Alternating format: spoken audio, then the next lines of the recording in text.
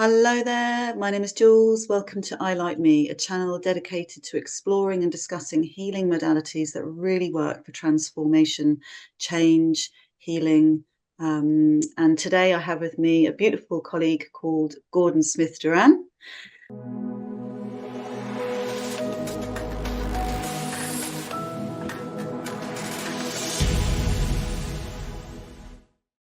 Hello, Gordon, how are you?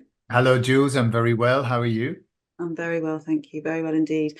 So we met a couple of years ago and sort of off the back of last year, I came across, you sprang out at me. I don't even remember how, but in one of the messaging groups that I'm involved in on Telegram.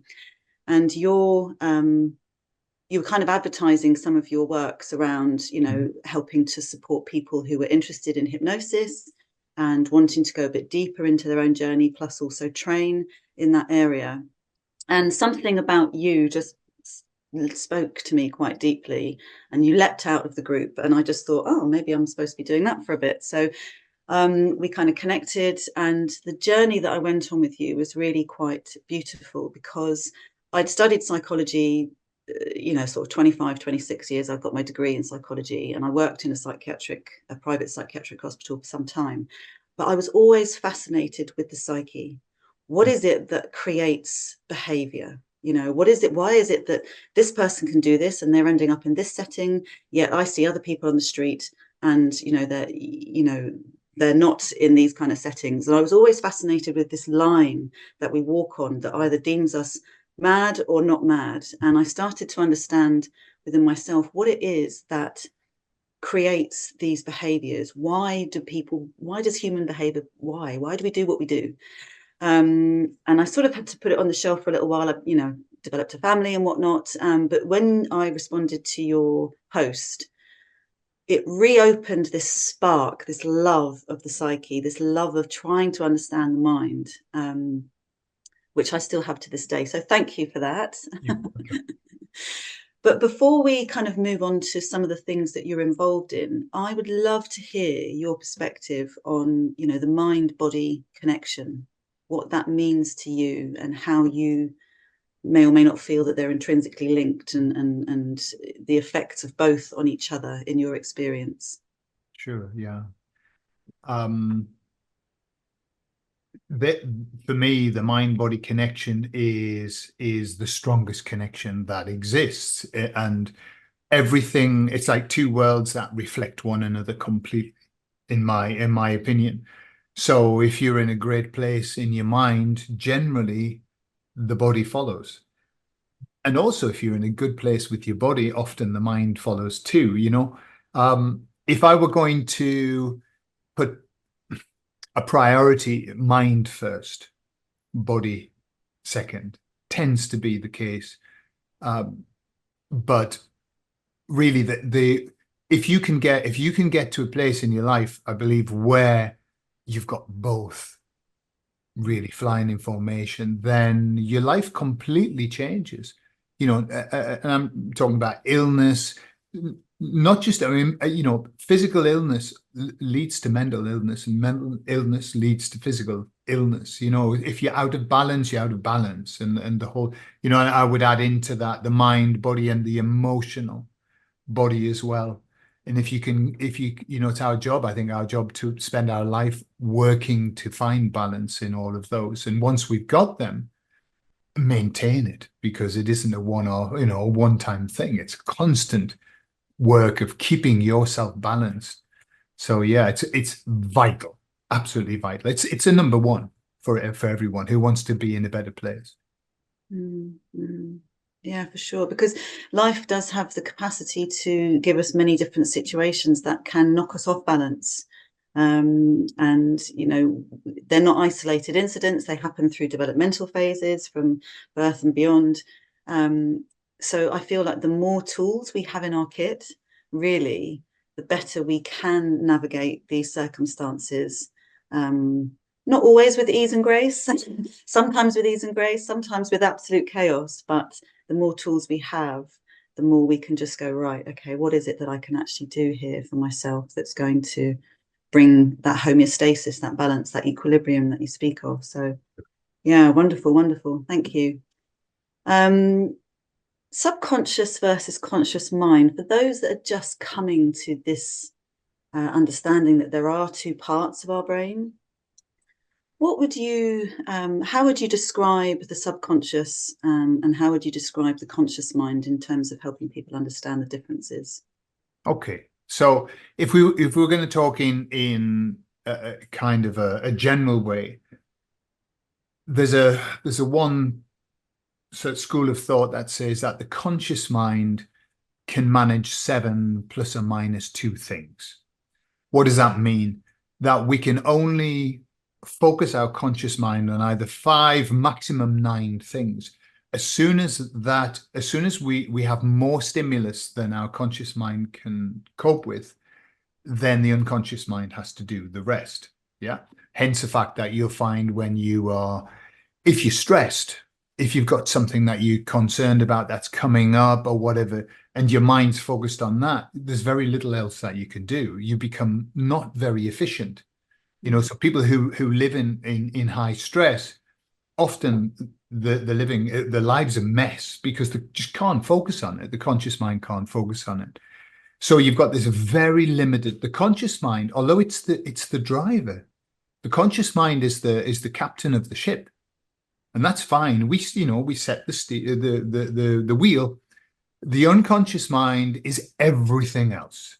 It's the ship, it's the motor, it's the everything.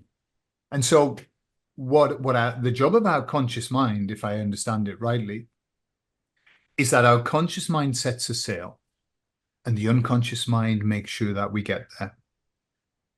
Therefore, the unconscious mind, and this is a very common metaphor. It's like an iceberg. The conscious mind is what you see above the water, and the unconscious mind is everything else. But even that, I don't think does it justice. The unconscious mind is so big, and it controls everything. Mm. People talk about if you want to make change, you just need willpower. Not really. Willpower is very short term, and you'll find that if you try and do something just with willpower, you might manage 2 days, 3 days, and then the unconscious mind will take over. See, the unconscious mind is in charge of everything that's happening, but it's also in charge of all of your habits. And it will make sure that if you've set the sail for these habits, it will continue them going, no matter how much you try to fight against it. And so the job of us is to understand how we can reprogram the unconscious mind, because it's like a server, it's like a workhorse. And if you set it in the wrong direction, then the good news is that if you've done it, you can undo it and you can do something else. So it's kind of like we are not in control of our day-to-day, of our everything, our behaviors, everything, once they're set, but we can change them. Yeah. So the conscious mind, our job is to have the tools, as you said, have the tools to know how the dickens we change what we're doing. If it's not what we like, if it's what we like, fantastic. So that's the unconscious mind is the most honest part of us. It's honesty personified. And so it will always do what it perceives to be the right thing, even if that is punishing you for not being honest. It's very, very honest. And I know I'm kind of slipping off into a little rivulet here, but if the unconscious mind perceives you to be dishonest in what you're doing, or not following your path, or not being true to yourself, it will punish you. And how it does it, in many, many ways. There's lots of ways, but generally it will take away your happiness. So you can't be happy in what you're doing because it's saying, well, this isn't the right thing to do. So when you find yourself truly happy, it's a signal that your unconscious mind is very happy with where you are and what you're doing. Yeah. So that's a kind of a general overview. What a great answer. Yeah. And I think we mentioned this with a friend the other day, about following your joy, because that is like indicative of saying, am I doing the right thing for me? Like, does it make me happy? Does it light me up? You know, and it's so, so vital. And I just want to touch on something you said there about, you know, the habits in the subconscious mind and the unconscious mind, because quite often this is why I found in my experience that people sometimes struggle to make those long lasting changes, because there's still something ingrained, habitual, that's been, you know, going round and round in circles or playing out in our unconscious mind. Which kind of leads a bit nicely into the hypnosis sessions themselves, because, you know, I know that from my own experience and obviously what I do and with the work that you do, you know, it is all about just getting into that space, that brainwave space, to be able to access memories or experience or limited thinking, conditioning, ingrained behaviors, to understand why is it there? Mhm. Where did it come from?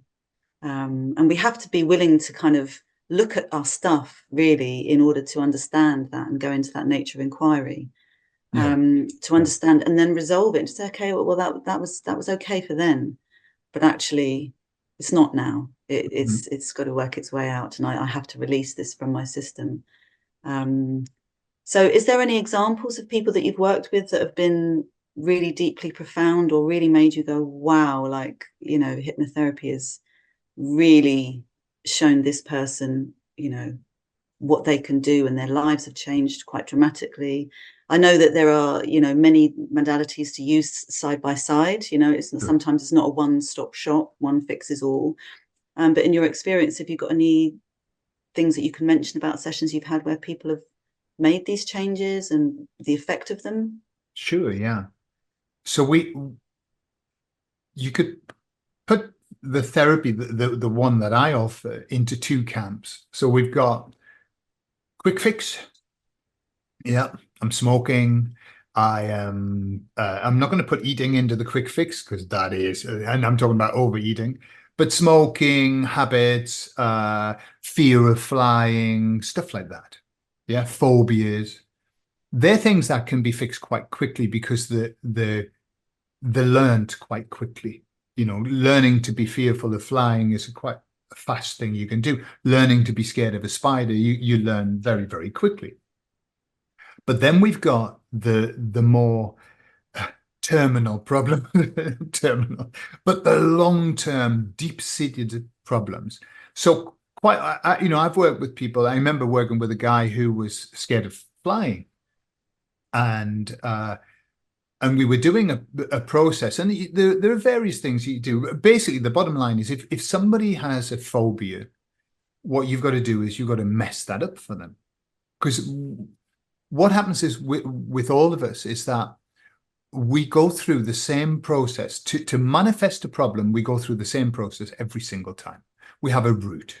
And let's say, for example, it might be we see something, we say something to ourselves, uh, we remember a time when this happened, and then we feel very, very scared. So that's a route that we never do anything else. So it's like it becomes so ingrained. Imagine it's like a little program that we write, and it goes A, B, C, D, run like hell. Yeah. And so what our job as therapists is to go in and change the letters around. And so it goes C, B, E, D. And then if you mess up the pattern, the person can't access the run like hell bit. And so I was working with a guy who was fearful. And I remember I did some really bizarre things with him, imagining, you know, you just imagine, get them to imagine things, and then you mess it up and you do stupid things. The more crazy you can get the imagery inside of the mind, the better. And he was sitting there, and at the beginning, he was going, "Oh, I'm just so scared, and I've got a flight coming up. I've got to go with work, and I've got, oh, he's really stressed." And we were doing these things, you know. And he went, "What have you done? What have you done? It's gone. It's gone." And I actually hadn't done the process that I'd intended to do. We were just chatting, but I was layering in I was just messing these letters up. And he knew in that instant that he was fixed. And he said, "That's it." And I said, "Well, we've still got an hour to go. We'd only been doing 30 minutes." I said, "We'll do some extra stuff if you want to, but it's done." Yeah. So that's, I mean, that's it gives you a tremendously good feeling when that happens. So that's the quick fix. The other side of it is the people who really have been traumatized, and there's a lot of deep-seated programs that they've written that need to be adjusted. And so that's it's a longer term project if they're willing to put that work in. And you were talking about you've got to be willing to look at your stuff. But for me, the quick fixes are great. But when I've worked with somebody, let's say off and on over a year, 2 years, I've got some clients I've been working with for 4 years. But to see where they were and then to see where they are now and the changes they've made and the strength that they've got and the dynamism and the kind of the goals that they're setting and the way, at the beginning, I'll give you one example. I worked with a lovely lady. I'm still working with her now. When I met her, she would only show me one face. This facade that she would show me was rock solid. It was there to protect her. And I never felt that I met the person. And then fast forward to, like 2 years later, suddenly in one session, suddenly I met the person. She felt strong enough to be able to drop all of those facades and just talk like a normal person.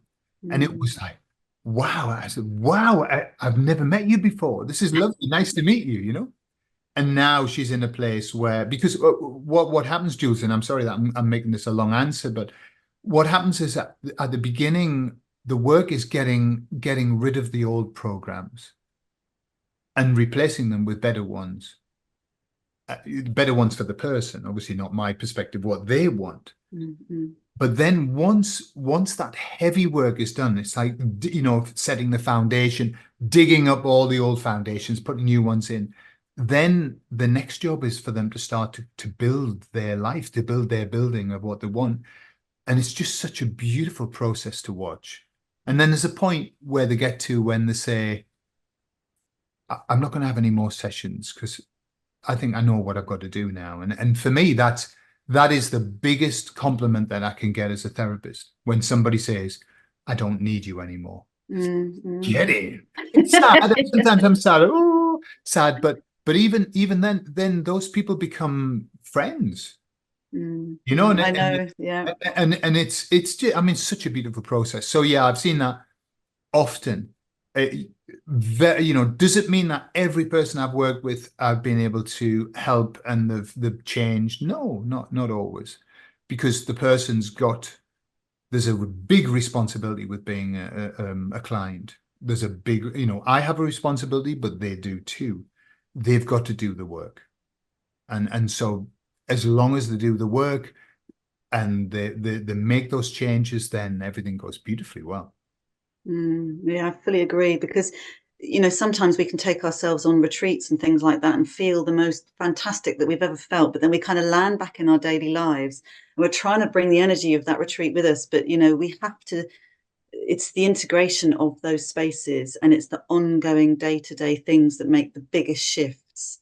So it's not about just thinking, oh well, I went to this place and that's it, I'm done. It's like, no, actually, are you owning it? Are you embodying it every step of the way? Like, Yeah. has your family life changed? Has your life changed? What is it that you've brought from that space that you can keep? It's like you get the spark maybe relit, but then it's like fueling the fire to keep going, keep going. And I see that quite a lot in some of the circles I move in, that people just keep going on retreat. It's like, well, if you made the changes that you were aware of, then you probably wouldn't need to go and keep going back. I mean, I also work with somebody for a period of time, and when I first met her, she just had this like heaviness cloud around her, and we did like an alternate past life experience, and you could just see that when after the session she just was like, I understand quite a lot of stuff now. And her business had been put on hold for a year. She'd spent a lot of time building this business up, and it was quite a popular business, quite very well established, but she had to just park it all. And after that session she was like, I think I can go back to work again now. And it's just, as you say, just to see each time we meet, the progress and the light that's and the shiningness that's returned to her, you know, their being as they go. And it's just really beautiful, isn't it? It's just so like rewarding to be a part of that. And you Yeah. do, like, in sessions, you kind of go on a bit of a journey with people, you know. You know, I know that there's been a couple where I've been like, oh no, don't, you're not supposed to cry here. Oh Because yeah. you just get so touched by what they've gone through, or you know, the fact that you know that something has shifted within them and they have rediscovered something within themselves. You know, it can't help but just bring a little tear to the eye. So For yeah. sure, yeah. Yeah, and just adding to something that you said about this journey that we go through, what I'm aware of is that as we work with people, our role changes. At the beginning, I'm very much the therapist, and I'm going to take you and I'm going to get you to look at things that you don't want to look at, and there's going to Mm. be tears, and it's going to be hard. And then as time moves on, the role changes, and in the end, what I become is like a spiritual life coach. That's kind of where I see myself in the end, a spiritual life coach. And I add the word spiritual because there isn't, to me, therapy can't exclude spirituality. You know, Mm. the journey that I see people go on is coming out of this very, very dark place of very 3D, if we want to use that expression, but like very much in the moment in life shit. And then suddenly they go on this journey within, and the journey within always takes them to spirituality, whatever Mm. that means for them. But they Mm. just become bigger, more dimensional, multi-dimensional people, which is beautiful. Yeah, it's like they open up to something, as I say, there's many names. I don't have a particular denomination, but opening up to something which is bigger than themselves, to Yes. understand their place Uh-huh. on the planet, and you know, how connected we all are. It's really, really beautiful. So, talking of clients then, you know, what is the impact of, you know, unresolved issues? What is the impact of unresolved issues within us in your experience? How does that impact us, you know? Okay. So my take, and this is just a framework that I use. It isn't necessarily true, but it works for me, so I use it. Which is that the first, let's say, the first 7 years of our life are fundamental in how we are as during the rest of our lives. They mark us, and they mark us because what happens is the programs that we use to run our life are written in those years. Mm. So what happens is that if you have 7 beautiful years, the first 7 years, then you fly through life. You fly. In studies, it's been found that 90%, and I would say probably pushing a bit higher than that, 90% of us didn't have 7 beautiful years. And so the majority of us are running, let's say, if we use it as a metaphor, running programs that are not useful. And they're programs of self-blame, low self-worth, low self-love, uh, everything, fill in the gap. What happens is once those programs are written, there's nothing that you can do. You can't erase them. I suppose that's the key. You can't erase them. The only thing that you can do is overwrite them with a better one. If you don't override them, then you are stuck with those programs for the rest of your life. How do the programs manifest themselves? It's easy. You decided that you weren't worth love in the first 7 years of your life because you didn't get the love from your parents that you thought that you needed. What happens is every time that you come into a place where you might be getting love from somebody, you do something to sabotage it because you don't deserve it. You Mm. don't feel that you're a good person for whatever reason. Every time that you are in a place where it appears that you might be a good person, you will do something to ruin it. And I believe that a tremendous amount of relationships that break down not because they're incompatible. They break down because there are too many programs running that as soon as if it gets too good, we've got to mess this up. This is too good. Mm, I don't deserve this. So the issues that we have, if we don't resolve them, they just repeat and repeat and repeat. And in on a more spiritual level, these are lessons. If some people say that we come down and we choose to have this kind of trauma as a child, so that then our job is in the rest of our life to resolve it. mm, If we don't resolve it, it will repeat and repeat and repeat ad infinitum. And so that's how the manifestation is. You just ask yourself the question, am I happy with the way that my life's going? Am I happy with the way my relationships are going? Am I happy in my work? Am I happy in myself? If the answer is yes, crack on. If the answer's no, then you have some programs that need to be overridden. I mean, in its simplest term, I think that's how I would describe it. Yeah, perfect. And that's why some people will say, oh, I always attract this type of person, or I always have this always happens to me, and it's like, okay, well, this is happening to you. Let's look at this. What is it that's going on inside that's bringing this in? Why are we on this hamster cage? You're going around and around and around. Is it not time to stop? Absolutely. Yeah, I mean, that's a sign, and you've nailed it, Jules. When bad stuff repeatedly happens to you, this always happens to me. When people, and unfortunately, we trap ourselves in our own paradigm.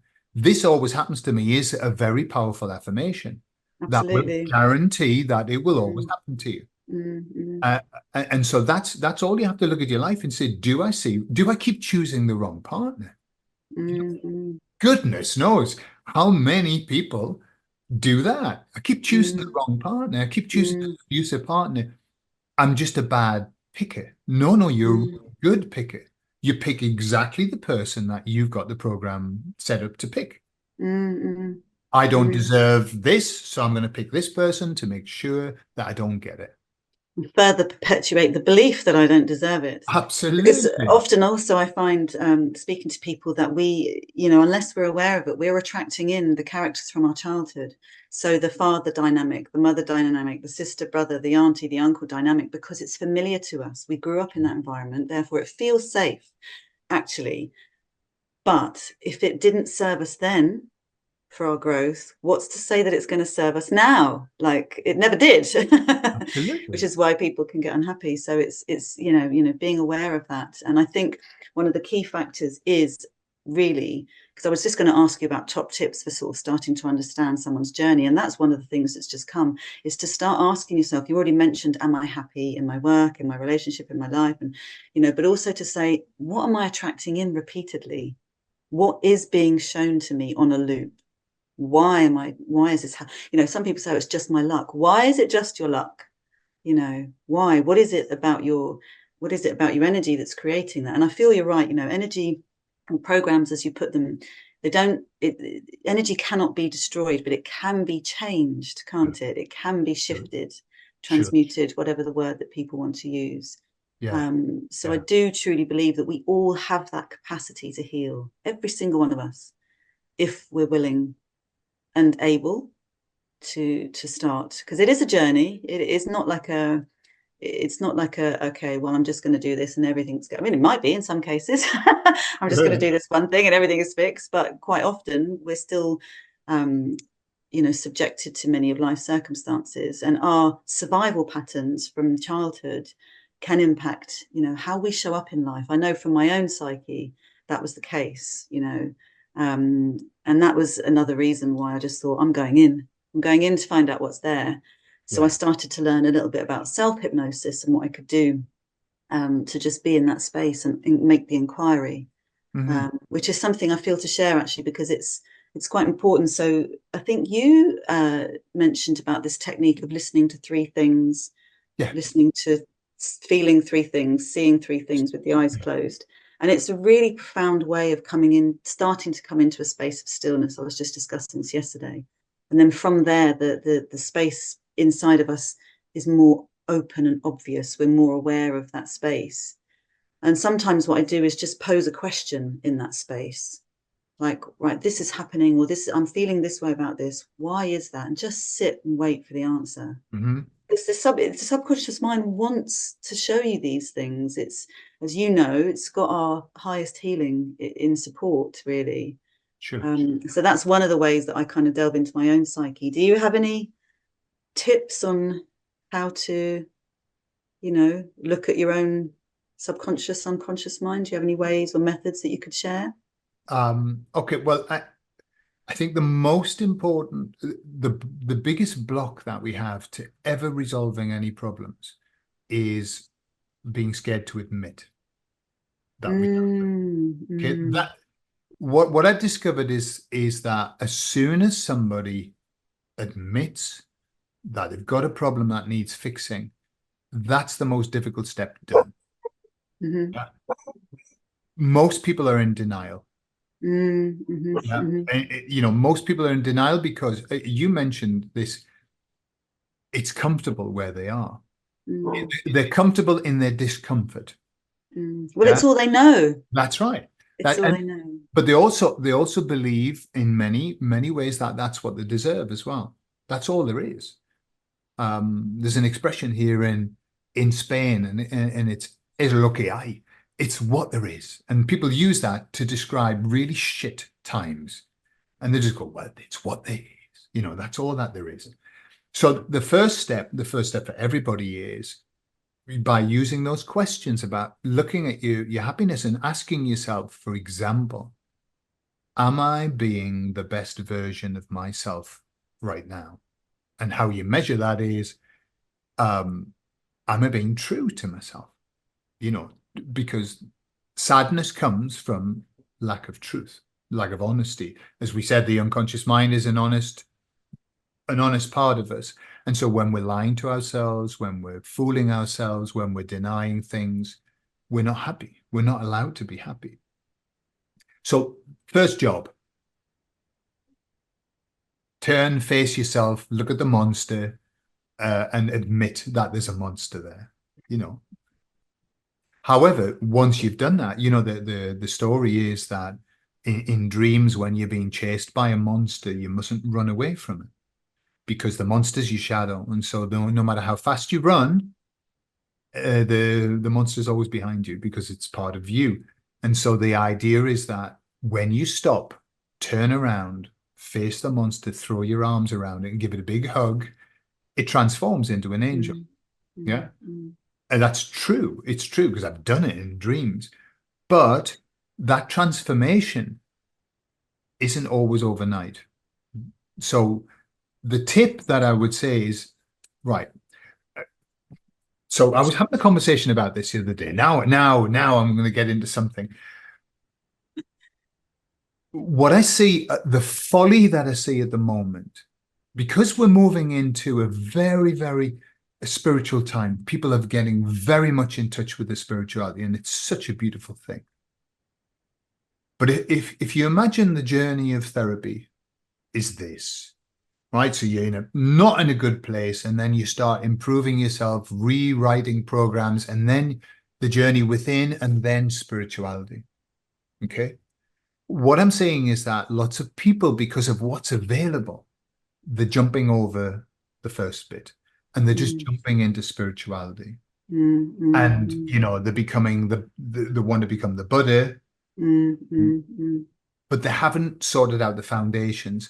And so my advice... There's a term for that, isn't it? It's called bypassing or yeah. Yes. Yeah. Well, that would describe it exactly. It's like, the parable of if you build your house on sand, it's going to collapse. And if you build your spirituality without the foundation, it'll collapse. You'll be disappointed. And so what we've got to do is the first job is to sort out the stuff, sort out the shit, to use that expression. And then once that's done, then really, focus on your spirituality. Does that mean you've got to ignore spirituality? No, not at all. Go to your retreats and do all that, find out about what really lights your fire. But at the same time, work on the stuff that's important first. Get yourself in, or get your house in order. mm. and then do that. So how Mm, do you do that? You can do it any way. But what I would say is don't, if you've got these really bad problems in your life, don't just say, well, I want to go and talk to my higher self and get everything resolved. I've done that. I've had lots and lots of clients that have come and said, I just want to talk to my higher self. Go, beautiful. And they talk to the higher self and they go, hey, that was lovely.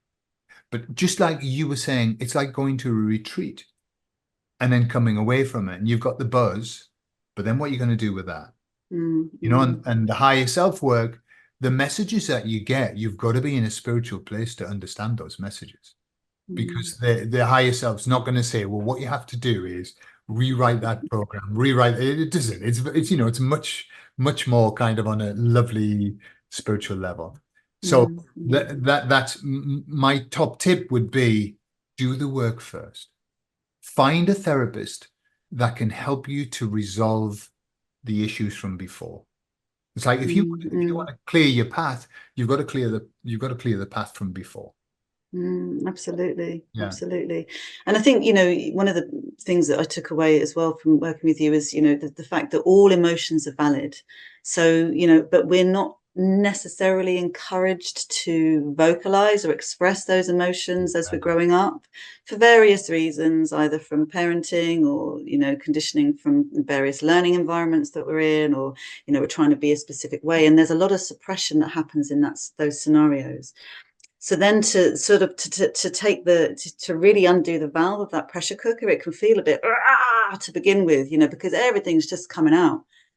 But actually, in those spaces, if you can really just sit with it and just go, well, this is how I'm feeling right now, and I'm really, effed off at the world, and it's okay. It's okay. We have a spectrum of emotions. There's no reason why we need to limit our experience to just three or four because we feel that we need to be, that's the person that we have to be. No, actually, as a human being, hue in terms of color is the whole range, right? So it's like experiencing the whole of the spectrum of emotions is actually giving authenticity to our expression and how we feel. We're not robots, Sure. right? We're not soldiers or any of that. We are here to feel, and from that comes a byproduct of creativity that can really transform your inner landscape, really. Absolutely. It's like being your own best friend. If I was sitting next to you and you were going through things, I wouldn't be like, right, stop that shit, stop talking about that and moaning about it. We'd be talking about it, and I'd be saying, well, what's happening? How are you feeling about that? What's going on? So it's being our own best friend as well, I think is really key. Absolutely. Absolutely. And you know what I find interesting? Yeah, I've been probably offering therapy for 15 years, and in that time, I could count on two hands the amount of men that I've worked with. Why? Because exactly what you said, to Mm, actually make the change, you've got to face these emotions. And what emotions are they? Well, the base is fear, fear, sadness, disappointment. Men aren't told to show fear. No fear. Yeah. Big mm, boys don't mm, cry. And so I think that's why women tend to be able to express emotion much more than men. That doesn't mean that I mean I've had men who've been weeping and weeping and weeping, and I think, mm, thank God for that. Well mm, done that you've been able to let that go. Because every emotion has a job to do. Every emotion has a job to do. But I know it's a cliche, but energy and motion, emotions are never static. They're constantly moving. And so the idea of an emotion is if we feel fear, the idea is that we express it, we let it out. And of course, we're taught not to, and especially if you're from the UK, you know, uh, keep that to yourself. Um, mm. Don't and scare so anybody else with your don't, fear. yeah, yeah, too much information. And so what happens is rather than expressing these what we would call heavy base emotions, we swallow them down. And Mm, all they do is they just eat us up inside. mm, And so lots of men, unfortunately, although they've got all of these negative emotions, they're scared to show them because then they become so big. I mean, it's a monster. Mm, If mm, I let out this mm, emotion, I don't even know where it would take me, and I don't know what I would be capable of doing. And I can resonate with that because I had a father who was very abusive, and so I made lots of programs about fear. I was very fearful. And of course, as a man, you're not really supposed to be fearful. You're supposed to be strong and everything. So although I repressed that, it was then everything that I was scared of everything. I still did it, but I felt very scared. Once I was able to release that, all that happens is you just become less fearful, braver. Once you let go of these emotions that are holding you back, it makes you a much stronger person. It doesn't make you weaker. You're not weaker because you've cried your eyes out for half an hour with your therapist. You are so much stronger. mm, So mm, my call would be to the men. Women have got this licked. Men, come and sort yourselves out. Let it go, baby. It's not mm. that bad. You'll be stronger afterwards. For sure, for sure, for sure. And lighter, and just, you know, you'd move differently. You'd move differently because if a friend of mine is just sort of about to embark on a pilgrimage, and I've got another friend that's already doing one, and I mentioned this to my friend the other day, and she was talking about, all the stuff that she's taken with her in this backpack, right? And as she's gone on the walk, she realized she doesn't need, you know. And I feel it's the same thing with emotions. We've Yeah. collected this stuff over years, over time, and we're carrying it with us. We're carrying it with us, whether we're aware of it or not. Actually, we're carrying it with us. Yeah. And once we start going, oh, I don't want, yeah, I don't want, you've got the weight in the world of your shoulders, I don't want this anymore. What can I have a little rummage in? What can I just discard? Yeah. And it just changes. It changes many, many things. I've seen such transformational change in my own journey, and you've spoken about, a little bit about your background as well. And you wouldn't have been able to be where you are now if you hadn't done the work.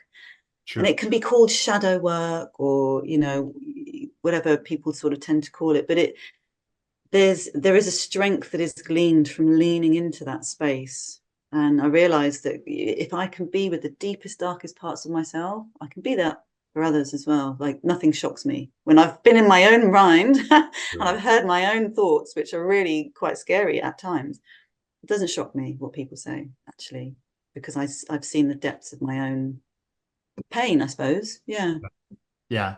I believe that the the therapists that can often be the most effective are the ones who have already walked that path, Mm, mm, who have been to the very, very dark places. Because as you say, I started doing therapy with ex-Jehovah's Witnesses because I realized how much it had ruined me. It had messed me up so much, and I was aware that it had done that to anyone who's been in that fundamentalist religion or any fundamentalist religion or cult. And so when the clients would come to me, they would say, "Oh, I can talk to you, Gordon. I can tell you things, and you understand me." And I would say yes, because there's nothing that you're telling me that I haven't lived. Whereas they would often come and say, I spent some time, I had 3 sessions with a therapist. She didn't understand what I was talking about. mm, mm, She was mm, just saying, well, no, that can't be the case. Whereas when I talk to you, you're going, all right, yes, okay, yeah, mm, yeah, yeah. mm. And so it's like, the old story of you can't understand somebody until you've walked a mile in their moccasins or whatever. Yeah. It's the same. If you've been there, but it's not just I've been there, but I found a way out. Then you know that it's possible. It gives you hope that everybody can find a way out. There is a route out of it. You don't have Mm, to be stuck there. And hope goes a long way. Hope for change goes a long, long way. The hope that one can change. And we all have the capacity to do that. We all have the capacity to choose how to live our lives. We've Absolutely. just forgotten. We've just forgotten. Yeah, yeah. I mean, you look at the two words, hopeful, Mm, hopeless. yeah, You yeah. know, when you're hopeful, you're filled with it. It's, it's going to drive you forward. When you hope less, well, if there's no hope, what's left? Mm, mm, Same mm, old, mm, same old. mm, mm, mm, mm. Many nuggets here, many nuggets, I feel. So let's just go through the practicalities of what, I mean, there is no typical session, right? I understand this because it just doesn't exist. Sure. But the rough journey that one can take through a hypnotherapeutic journey, what would that Okay. look like contextually for someone? Okay, so there are some key things which with virtually every client I will go through these steps because these are fundamental steps, in my opinion, in hypnosis. The very first thing, well, the very first thing I need to do is to get to do what I call the emotional pulse, which is to find out where the person is on an emotional level, not up here. And over time you become kind of attuned to where that person is by you ask them questions and then you watch and you see what happens with the physical, not with the words. Quite often the words don't mean anything. People will tell you what they think they should tell you. But the emotional body will react in very strong ways when, you say, I want you to say, I love myself. So basic reactions. So you'll get somebody, I just want you to say this out loud and just feel how true it is, score it from 0 to 10 and they go, I love myself, the eyebrows are up, the tone's down. I'm thinking, well, I don't even believe you. So, yeah. But, and sometimes people go, I love myself. And I truly believe them. Um, but then sometimes people can't even say it. They can't, Mm, they mm, can't even verbalize those words, or they'll burst into tears. And I mm, think mm, you don't need to give me a score on that one. I think we know where you are there. Yeah. mm, So I mm, so I do that and I find out where they are. And quite often in those moments, people have tremendous light bulb moments because they come thinking that they're okay. Yeah, and one of the questions that really stands out that I get often these light bulb moments is when I say to them, just say this, I deserve a good life. And they'll say, I deserve a good life. Oh, I don't think I do. And imagine that as a program. mm, Imagine going through your life believing that you don't deserve a good life. What kind of life are you going to manifest? Exactly the opposite. mm, So mm, that's the first step. The next step is we look at the most overarching negative feeling that the person carries with them in their life. What is it? What do you feel? And that you'll get many, many different things. And then in hypnosis, what we do is we follow that back because I believe, and it's just my working philosophy. It mightn't be true, but it works nicely. Is that every belief, every negative emotion has a root.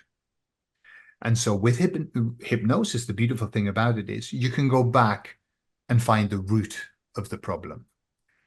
Why do we need to go to the root? Because if we use a metaphor of a weed, we can spend, and modern psychology and psychiatry does this. We can look at the weed and start pulling the leaves off it. Yeah. But we know anyone who's a gardener knows you can pull the weed, but if you don't get the root out, it's coming back. And so with hypnosis, you can go and pull out the root of the weed. What does that mean? Then it starts to wither. You've taken the life out of it because you've taken away the initial issue. Does that mean that you can just leave the rest? No, you've got to do a cleanse of get rid of all of this stuff. But at least you've got the root. So that would be my first job in hypnosis. Then the second job would be what's called chair therapy, and that is let's look at the relationships. Right, who do the people that we have the worst relationships with, and the best ones, our parents. As adults, we end up loving our parents and understanding what went on and why they did what they did. But there's a child there that doesn't. the child that was wounded, was hurt, didn't understand, because children don't understand. They don't know that adults are as rubbish as they are, or more so. They don't know that. They think adults know everything, they're perfect, and there should be this example. And when they get let down, it affects them deeply. So another process which is very powerful is getting people to let those emotions out. And really they come from the child. They come from the child, the wounded child. And I don't want to, I don't feel comfortable people talking very specifically about these parts. Well, the child and then the adult and then the teacher and all of that. We shouldn't be working to fracture ourselves. We should be working to create holistic, bring them all together. But at the beginning, people are often fractured, and especially, have a child partner. I tell you how you know that, because you were asking about, how can you recognize when you've got a problem? When you react to something on a level that doesn't make sense, and the reaction that you have is like a child. So, screaming with anger, stamping your feet, smashing plates on the ground, running out of the house, crying. This is what children do. And so as an adult, if you see yourself reacting, it's always with a stimulus, it's a trigger that you get. Now everyone talks about being triggered. Oh, I was triggered. Bad.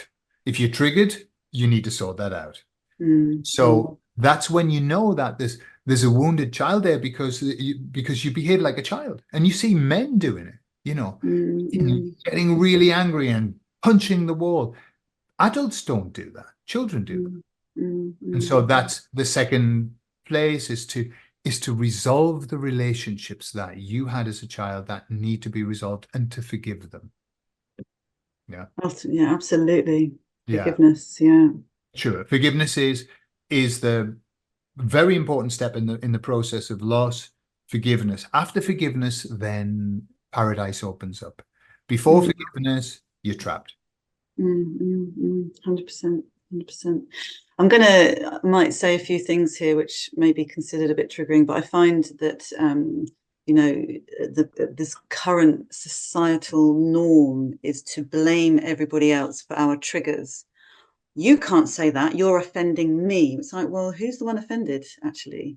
Because that's something that you might need to look at, or I need to look at. If I'm offended, I'll look at it, I'll own it, I'll take responsibility for that. Yeah. But, we're often adapting to try and, what I see is this potential to adapt to try and not trigger people. And actually, I find the healing comes in the triggering if somebody's aware enough to do it. I had a chat with an interview with somebody the other day, a close sister of mine, and after we'd finished the thing, I just felt to say to her, I said, "Do you know what?" I said, "You've said this 3 times now." I said, "That's something for you to look at." And her face was like, yeah, it really is, because it was just, for me, it felt like something was on loop. Yeah. And it was bringing a response. And I was like, I've just been guided to tell you this and to mirror this back to you. I'm going to leave it with you. But if I'd have said that in a different circle, it probably wouldn't have been responded to very well. I would have been the one that would have caused the issue. So in the right space, to be triggered, I find, is a gift, actually. It's like, oh, great, this is still at play in me. Let's have a look at this, figure it out. What's going on here? Not, oh my God, the whole world needs to change in accordance with my trigger. And you can't say that because I find it offensive, which... Absolutely. There's a beautiful expression, which is, don't try and carpet the whole world. Just put on a nice pair of slippers. When we catch ourselves saying, look what you did to me. Look how you made me feel. You make me angry. They are just lies that we're telling ourselves. When we can say, what you did made me feel, I felt something. I was responsible for creating this emotion inside. Yes, that was the trigger, but it wasn't you, it was me. And all it is, and going back to your comment about, I am offended by what you have done. It's the victim. mm. Right? Now, we can go through our life being a victim. It's a shit life. It's horrible. It's a shit life. Or we can go through our life being the victor. When you say, oh, I'm aware that I make myself angry when I see those things, you're the victor. When you're the victor, you can do something about it. When you're the victim, you can do nothing about it because it's all of them bastards. You know, Mm, and it's a sad, and it's been sold as mm, that's how we should think. And man, we're going to end up with a lot of people with a lot of mental problems because mm, when mm, you live in the victim mode, everything just goes from bad to worse. mm, You end mm, up achieving nothing in your life. The victors are the ones who achieve everything in their life. You know, the idea of there are two kinds of people. One kind of person falls down, scrapes the knees, gets back up, dusts themselves off, and they continue walking. Another person falls down, scrapes the knees, starts crying, blames everybody else, and stays on the ground. That's what the victim does. And mm, so we as therapists, we've got a big job to do, which is to help people to move into that place of empowerment, sovereignty. mm, And when people get there, that's when they're happy. Before mm, that, they're not happy. Happiness mm, comes with sovereignty, with saying, I am responsible for every single thing I think and feel and do. mhm, Ah, mhm. that's freedom. 100% absolute truth right there. Whew, absolute. Because that's, when people talk about manifestation and creating your reality, often it's the material plane, the cars and whatever it is they want to create this in their life.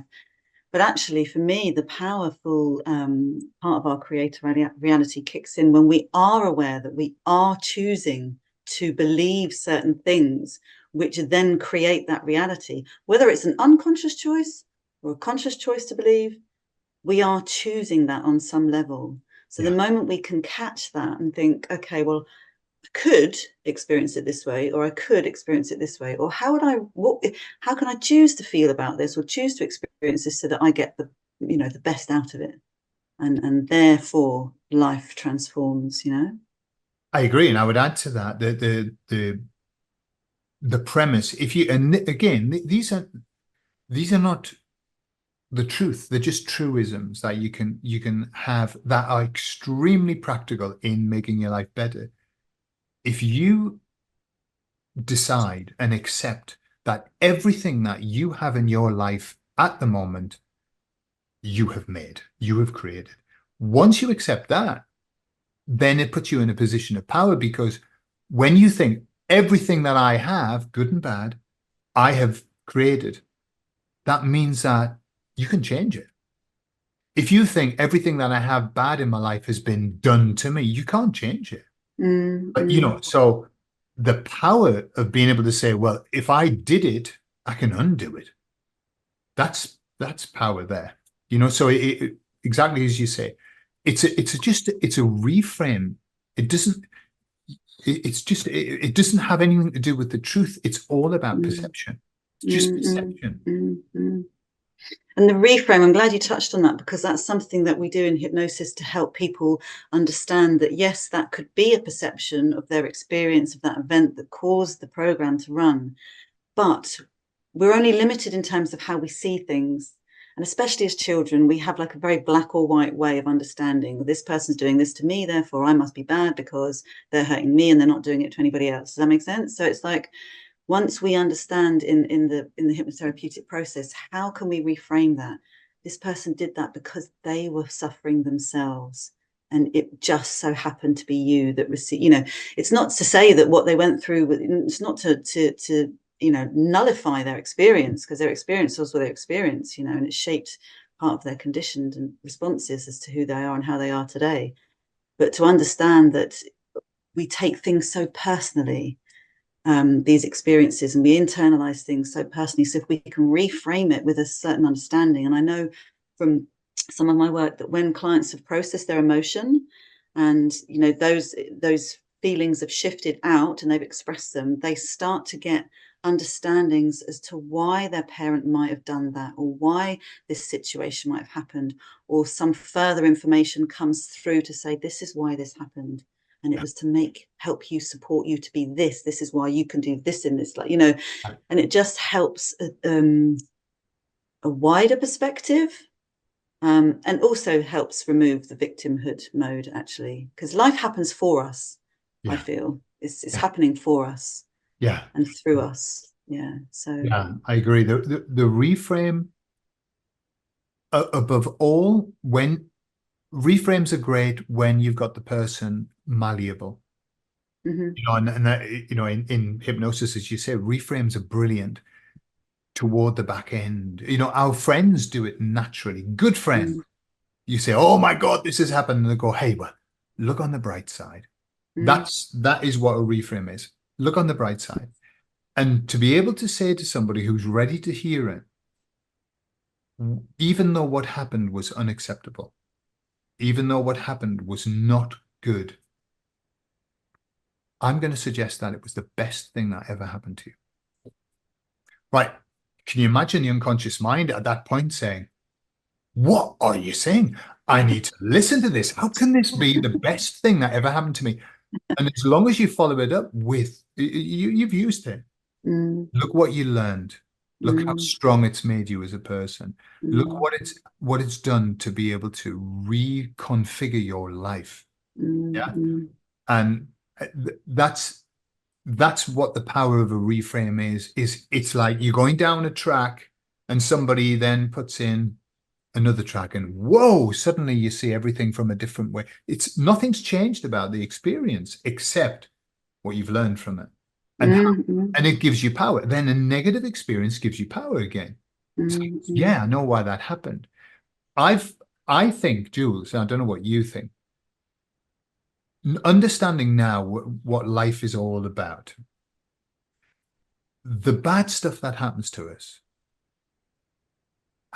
for the best of reasons. It's the bad stuff that makes us the strong person that we are.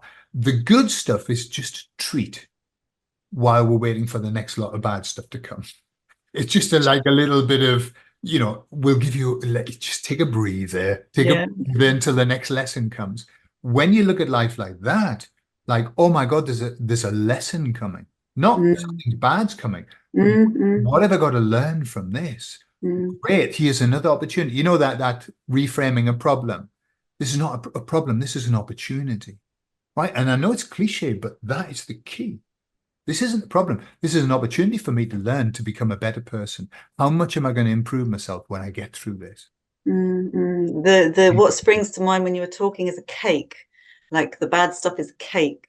So that kind of fills us up for a bit, and it, you know, sort of nourishes us. It depends on the cake, I guess. But the good stuff is the icing on the cake. It makes the cake taste sweeter. Exactly. And it gives you a chance to, you know, kick back and have a tequila or whatever, you know, and think, woo, you know, it's like let that one digest for a bit. Exactly. When you've done some, you know, you've just run a marathon and at the end you're gonna have a drink and I think, you know, the marathon's where you learn, your body learned, you know. Sure. Which is why people say it's not about the destination, it's the journey, right? Oh man. You can always strive to get to this point, but you know, what are you missing on the way? And actually it's the journey where you learn everything that you need to learn to be able to enjoy the destination. Absolutely. There's a beautiful metaphor I heard about the, you know, unfortunately, and it's not good, but life is like all of these people are on a coach traveling through the most beautiful countryside they've ever seen. All the blinds are down and everybody's inside arguing about who should have the best seat on the coach. You know, our job is to forget about the silly details, lift the blinds up and have a look, see where we're going. Beautiful, beautiful.